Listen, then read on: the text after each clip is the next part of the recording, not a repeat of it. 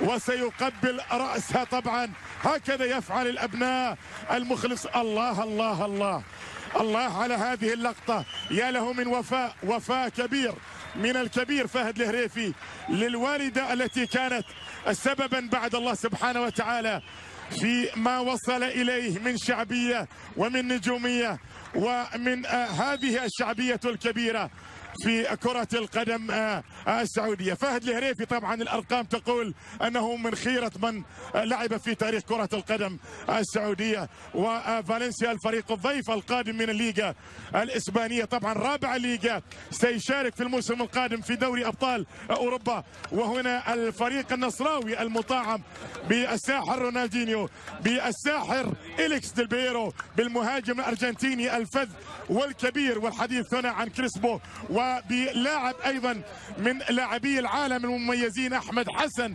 النجم المصري الكبير، وهنالك العماني سعد سهيل. شيرونا في الدوري الاسباني في الليغا. هذه كرة من جانب سيموني زازا عند حارس المرمى عز الدين دوخة، حارس المرمى الجزائري المتألق مع نادي أحد، ويستحق فهد الهريفي لا شك في ذلك. طبعا هذا الاهتمام الكبير. هذه كرة خطيرة للأمام تبعد، وصل تنظم في المملكة العربية السعودية على مستوى طبعا المباريات الاعتزالية خطيرة، وحارس المرمى خوف تحولت إلى رونالدينيو، تلعب للأمام، حارس المرمى عز الدين دوخة يخرج بتوقيت ممتاز، حارس مرمى جزائري ممتاز قدم حضوره مع نادي أحد. ودائما فهد الهريفي هو نجم الأم. استعراضات ولاحظوا الكرات البينية، والهدف الأول يطبخ ربما على نار هادئة في هذه المباراة الآن.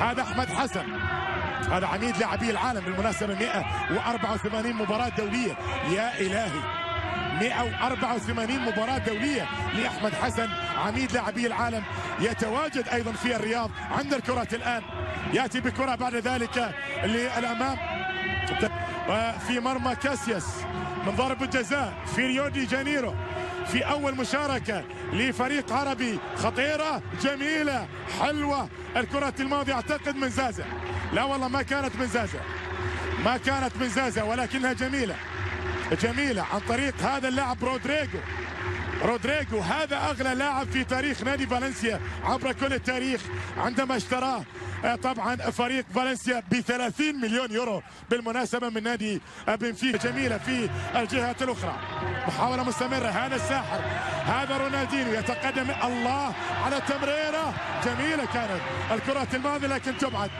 بعد الله وبعد تشجيع الوالدة طبعا فهد الهريفي. الله الله النظرة في جهة واللمسة في جهة، شوف النظرة وين، النظرة وين، النظرة وين، النظرة وين، واللمسة وين. هذا هذا كرة القدم لا تجود بأمثاله كثيرا، هذا الساحر كرة القدم لا تجود بأمثاله في كل يوم. عند الكرة الآن شقار ومعزوفة الأخيرة، وهذه كرة تلعب الآن تصل لأحمد حسن، وصلت الآن لطبعا ديل بيرو، نقلت بعد ذلك الأمام عن طريق فهد الهريفي. هذا فهد الهريفي، الصافرة لصالح فهد الهريفي. طبعا سحب آخر هدف للنصر في سوبر آسيا، الهدف الذي أهل النصر بعد ذلك للمونديال. عاد بعد ذلك يأتي الإبعاد في اللقطة الماضية، فريق نادي النصر المطاعم في مباراة هذا المساء بأسماء لا شك أنها هي حاضرة في هذه المباراة. هذه محاولة قائمة الآن، وهذه كرة تصل بعد ذلك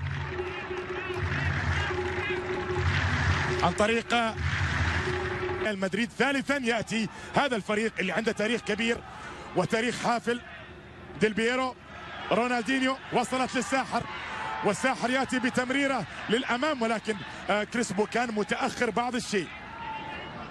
لاحظ هنا طبعا ابتسامة، وهنا أيضا أعتقد هذا سطام، أعتقد هذا سطام، الله يطول في عمره سطام.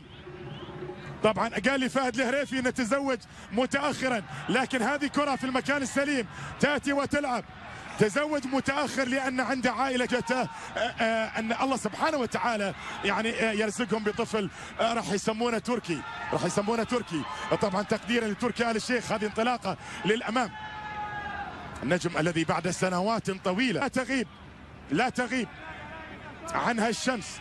هذه انطلاقة من ديل بيرو، كرة باتجاه الله ما بين الساحران، والكرة جميلة وسعد خميس وفرصة جميلة للنصر في الكرة الماضية تصل لأن تكون إلى ضربة ركنية. ضربة ركنية. طبعا الأديب السعودي الكبير فهد عافت يقول لي اسمح لي يا فهد الهريفي من أين لي فيها محاولة المرور وصلت للمحتفى به لفهد الهريفي الله يعمل له وحدة، يفعل له وحدة، يأتي بكرة جميلة من ألعاب زمان.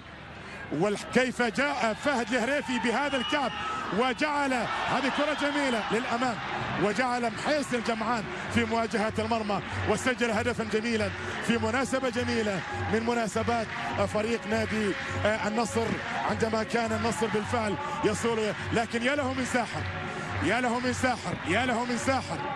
وشكرا لمن جاء بالسعودية الرياضية.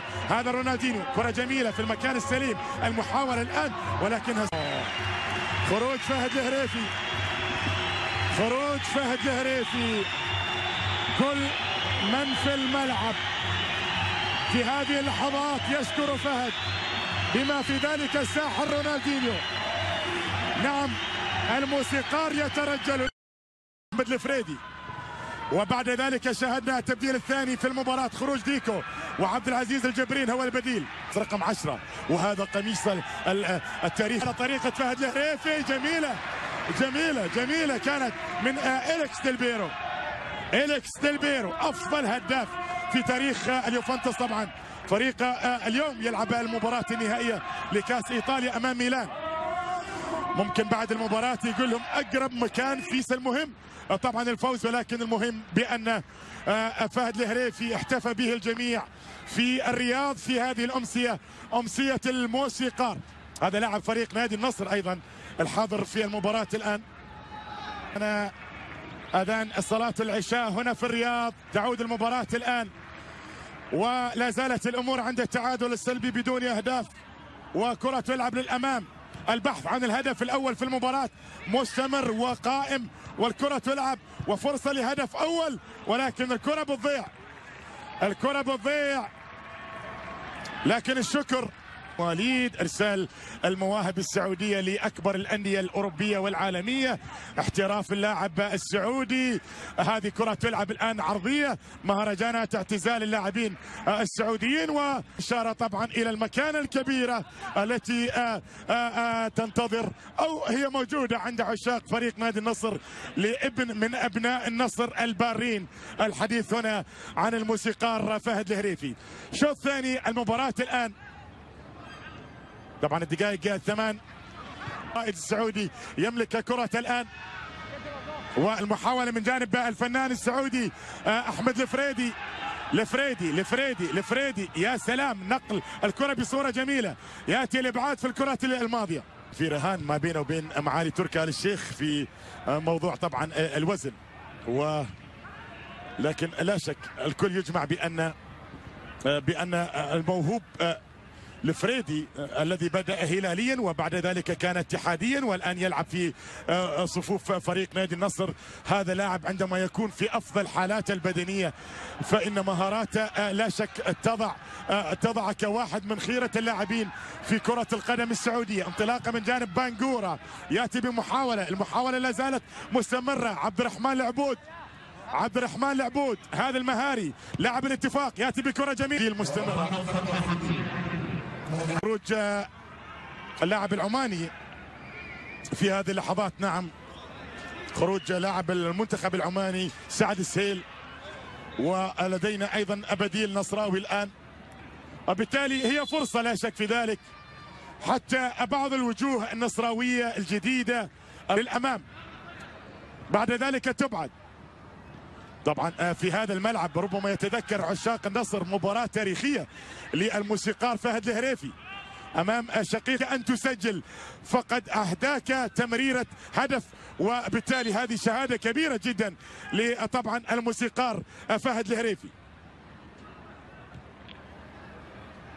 هذا فهد الهريفي، كلما كانت اعادة كلما ظهرت صورة فهد الهريفي، واعتقد ان هذا المهرجان قدم بصورة راقية، صورة جميلة، صورة يستحقها فهد الهريفي.